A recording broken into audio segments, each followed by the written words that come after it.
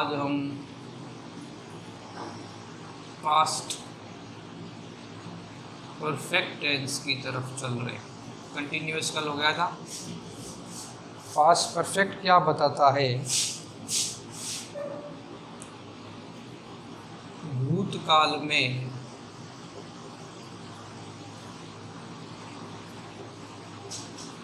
कोई कार्य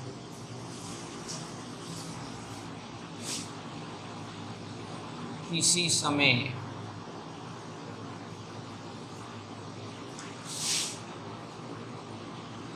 समाप्त हो चुका था।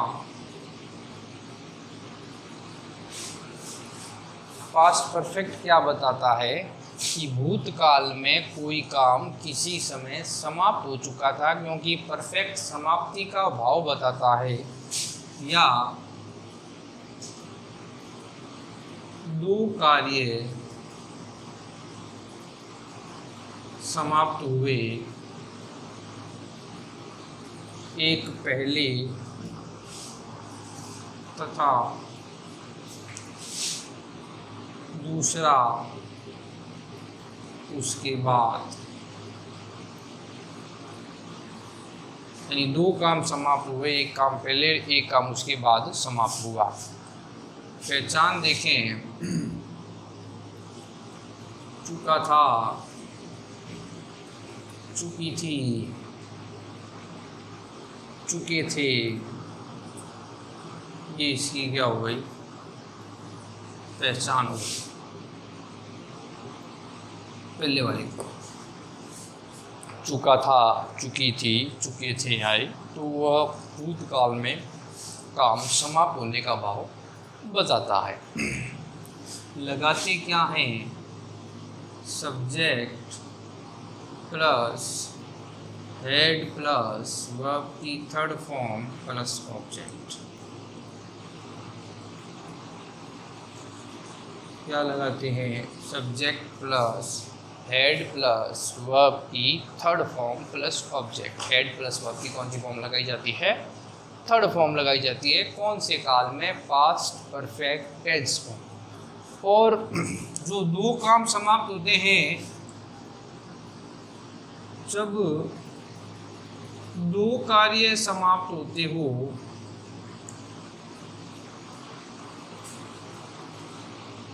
तो जो कार्य पहले समाप्त होगा उसके साथ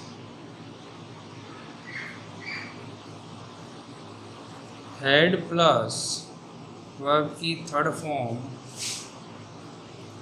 लगाएंगे। बाद में समाप्त होगा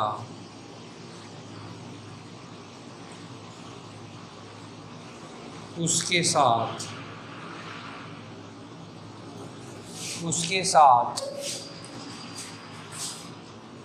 वर्ब की सेकंड फॉर्म लगाएंगे। यानी जहाँ हमने कहा था कि दो काम समाप्त होते हैं, एक पहले दूसरा उसके बाद, तब दो काम समाप्त होते हैं तो अपने को क्या ध्यान रखना है कि जो काम पहले समाप्त होता हो उसके साथ हेड प्लस वर्ब की कौन सी फॉर्म लगानी है? थर्ड फॉर्म लगानी है। जो उसके बाद समाप्त होगा उसके साथ क्या लगाएंगे? वर्ब की थर्ड फॉर्म क्या करेंगे? सेकंड फॉर्म क्या करेंगे? लगाएंगे। और इसमें बिफोर या आफ्टर का प्रयोग होगा, यानी बिफोर या आफ्टर आएगा। तो पास्ट परफेक्ट टेंस की क्या पहचान है? कि भूतकाल में कोई काम समाप्त होते हो, कोई काम समाप्त हो चुका था तब इसका प्रयोग करेंगे। भूतकाल में कोई काम समाप्त हो चुका था तो इस काल का प्रयोग करेंगे। या दो काम समाप्त होते हैं, एक काम पहले दूसरा उसके बाद समाप्त होता है। वाक्य में चुका था, चुकी थी, चुके थे आए, तो लगाना क्या है? Subject plus had plus verb की थर्ड फॉर्म का प्रयोग करेंगे। ये तो दो काम वाला बताया। उसमें क्या करना है, जो पहले समाप्त होगा वहाँ पर हेड प्लस वर्ब की थर्ड फॉर्म लगानी है, और जो बाद में समाप्त होगा वहाँ वर्ब की कौन सी फॉर्म लगानी है, सेकंड फॉर्म का प्रयोग करना है। और इसमें बिफोर या आफ्टर वाक्य में आएगा।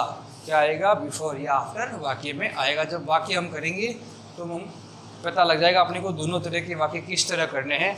आपको अभी याद यही रखना है कि किसके साथ किसका प्रयोग करना है। अब देखते हैं गणितीय।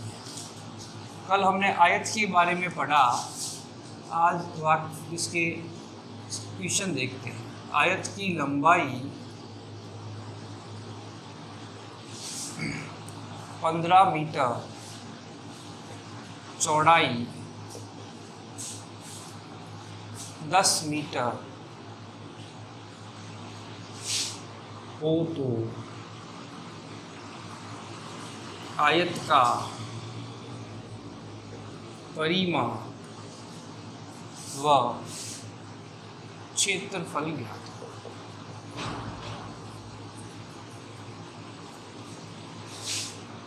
कल हमने आयत के बारे में काफ़ी पढ़ा था। आयताकार आकृति कौन सी होती है, जिसकी आमने सामने की भुजाएं बराबर हो तथा प्रत्येक कोण समकोण हो।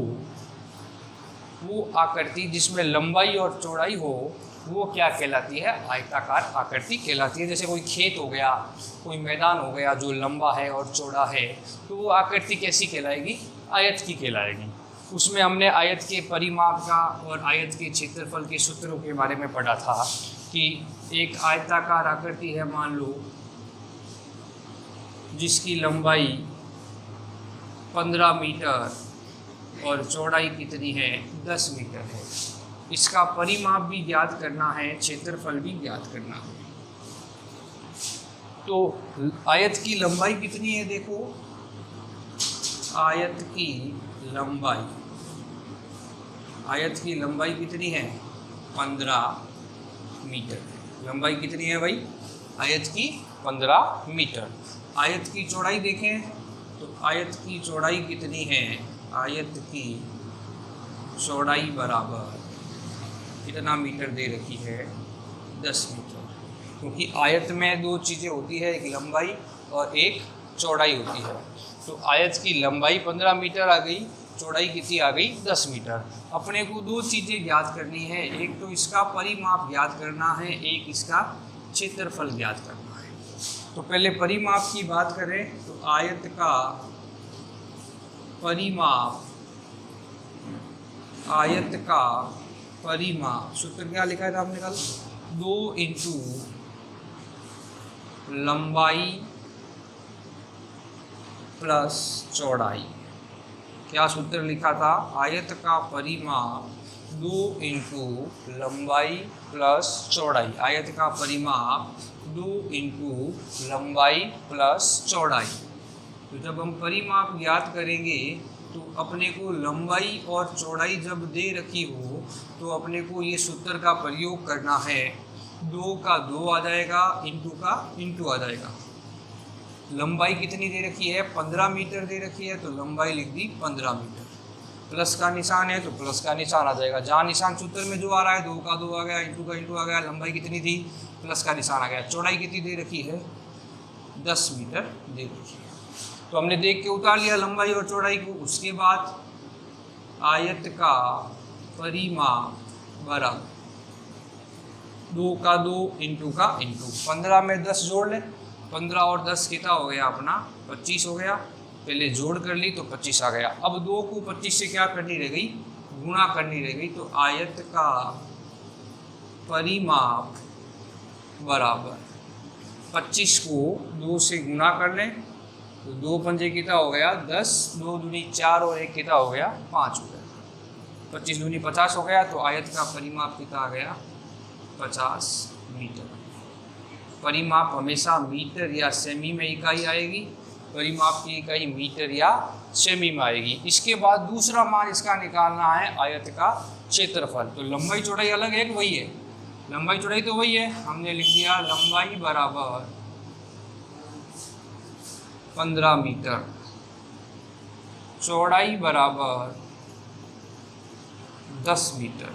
ज्ञात क्या करना है? अब पहले क्या ज्ञात किया था? पहले किया था आयत का परिमाप ज्ञात किया। अब आयत का क्षेत्रफल निकालना है, तो सूत्र बदल गया कि नहीं बदला? सूत्र बदल गया। आयत का क्षेत्रफल बराबर लंबाई इंटू चौड़ाई। क्या सूत्र लगा दिया? आयत का क्षेत्रफल, आयत का क्षेत्रफल बराबर लंबाई इंटू चौड़ाई। आयत का क्षेत्रफल बराबर लंबाई इंटू चौड़ाई। ये इंटू का निशान है यहाँ, लंबाई इंटू चौड़ाई। यानी जो लंबाई और चौड़ाई दी हुई है उनको आपस में हम गुना कर देंगे तो वो क्षेत्रफल आ जाएगा। लंबाई कितनी दे रखी है? 15 मीटर। चौड़ाई कितनी दे रखी है? 10 मीटर। तो लंबाई और चौड़ाई की आपस में गुना कर लें। 15 को 10 से गुना कर लें। 0 का पाड़ा बोलेंगे तो 0 0 आ गया। 1 का पाड़ा बोलेंगे तो 5 और 1 आ गया। तो 0 का 0, 5 का 5 और 1 का 1 आ गया। यानी कि आयत का क्षेत्रफल कितना आ गया? 150। और मीटर को मीटर से गुना करेंगे। क्षेत्रफल की इकाई किस में आती है? वर्ग मीटर में। तो मीटर को मीटर से गुना की तो क्या आ गया? वर्ग मीटर आ गया। तो ये आयत का क्या कहलाएगा? आयत का क्षेत्रफल कहलाएगा। तो आयत का क्षेत्रफल कितना आ गया? 150 वर्ग मीटर आ गया। इस प्रकार हमने आयत की लंबाई चौड़ाई से परिमाप को और आयत की लंबाई चौड़ाई से क्षेत्रफल को क्या किया? ज्ञात किया। धन्यवाद।